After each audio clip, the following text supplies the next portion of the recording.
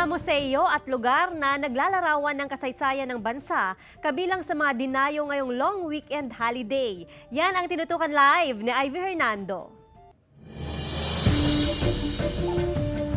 Partner. Joanne, ang Vigan City ay hindi lang lungsod ng modernisasyon, kundi lungsod na patuloy na magkukwento at magdadala sa ating nakaraan. Mga kwentong nagbigay sa atin ngayon ng kalayaan.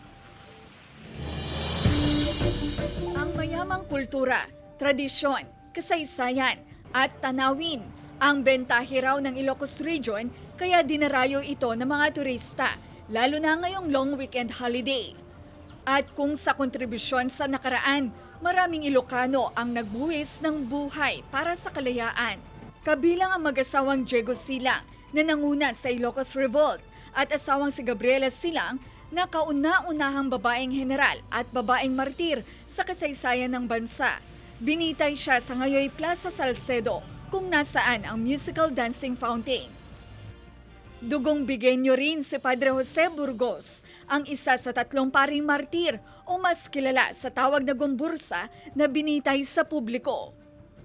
Sa Vigan City rin isinilang ang ika-6 na presidente ng Pilipinas na si Elpidio Quirino sa Nooy Provincial Jail na ngayon isa ng museum. Si Quirino ang nagbigay ng executive clemency sa mga convicted Japanese soldiers sa kabila ng pagpatay ng mga Hapon sa kanyang asawa at 3 anak taong 1945. Kabilang sa mga turistang saksi sa kwento ng kasaysayan ang higit 600 foreign nationals na bumisita sa lalawigan.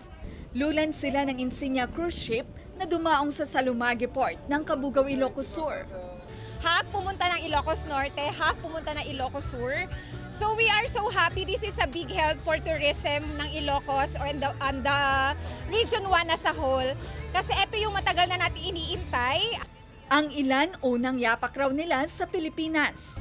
Yes, it's our first time. We're expecting a lot of beautiful culture and good food and some beaches maybe.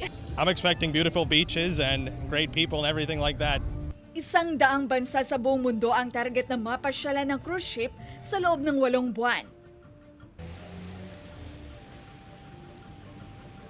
Joanne, maraming package raw ang maaaring ialok sa mga turista gaya na lamang ng culinary tour, heritage tour at ng mga adventure, kaya sulit raw ang kanilang pamamasyal rito. Gayunman, patuloy umunong nag-iisip at nag-explore ang Tourism Office para makahikayat pa ng mas maraming turista dahil ito rin ang nagbibigay ng maraming hanap buhay sa mga lokal.